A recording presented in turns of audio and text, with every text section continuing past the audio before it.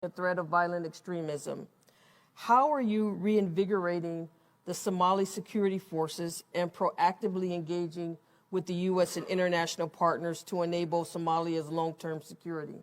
Please share your thoughts with us. Yeah.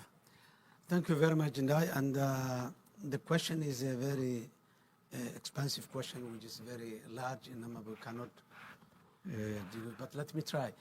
The Somalia has been in a very difficult situation for over 2 decades now, and there are a lot of lessons learned throughout.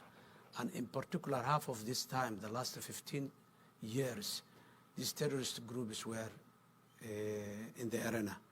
They were controlling almost the largest portion of Somalia, which is the rural Somalia. 70% of the population of Somalia is living in the rural area as a pastoralists or agro-pastoralists. This is the places where they were controlling Al-Shabaab, getting a lot of revenue, getting a lot of force, manpower, and getting a lot of space to increase their influence, not only in Somalia, but try to in the region as well. So the climate shocks has weakened the society. Poverty, a lack of appropriate food, lack of state services that were not reaching the place, all this put together, the communities become very weak and they become very liable to obey the evil actions of the terrorist groups. The composition of the terrorist groups, they are not one, but some of them are there because of that circumstances that has been created by the environmental shocks that were repeatedly taking place in Somalia in recent years. So just to gain, by the end of the month, less than $100, $70, $60 maybe, was enough to recruit a young boy who was recently married and who got a baby or two, who cannot afford to provide 1 glass of milk for his baby, or a young boy who got an elderly parents at home who are in need. So that desperation has, all of them, they are not there for ideological reasons. The top leadership and the top elite groups are there for ideological pursuit. These are there for economic reasons. There are others who are there for grievances, past grievances that they had. And I'm talking about the experience of Somalia, which might be very different from Niger or Burkina or Mali or any other places where terrorists have been challenging. So in that line, the resistance of the community is broken and they become so obedient to that. So it has taken a long time now.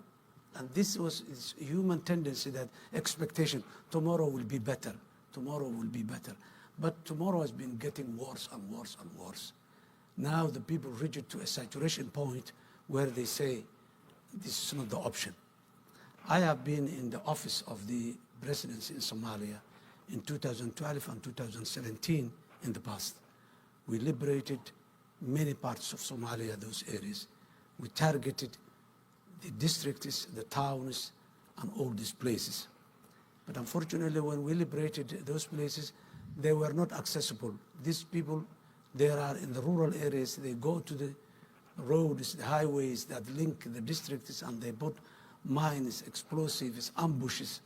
So impossible, become the whole. So it was the districts that we liberated in 2013-14 become silos that are standing there separately, that cannot be connected easily unless you fly from one place to another place.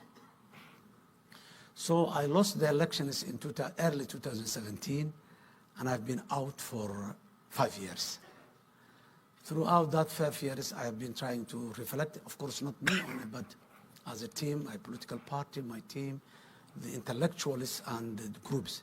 So we come to the conclusion that unless we change the mindset of our community, unless we raise the awareness of our community, that this cascading negative effects will continue unless they...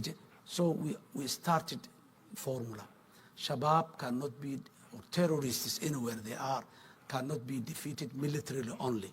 Military is a very important component for their defeat. But in the case of Somalia, we decided there are two other important factors or variables that has to be added into the equation, which is ideological war. Shabab we have in Somalia is a faith-based organization. That's what they claim, hiding themselves in Islam, which is not true.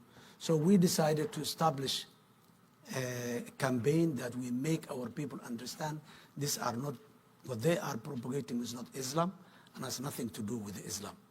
They are a group of mafia covering themselves with a blanket of Islam.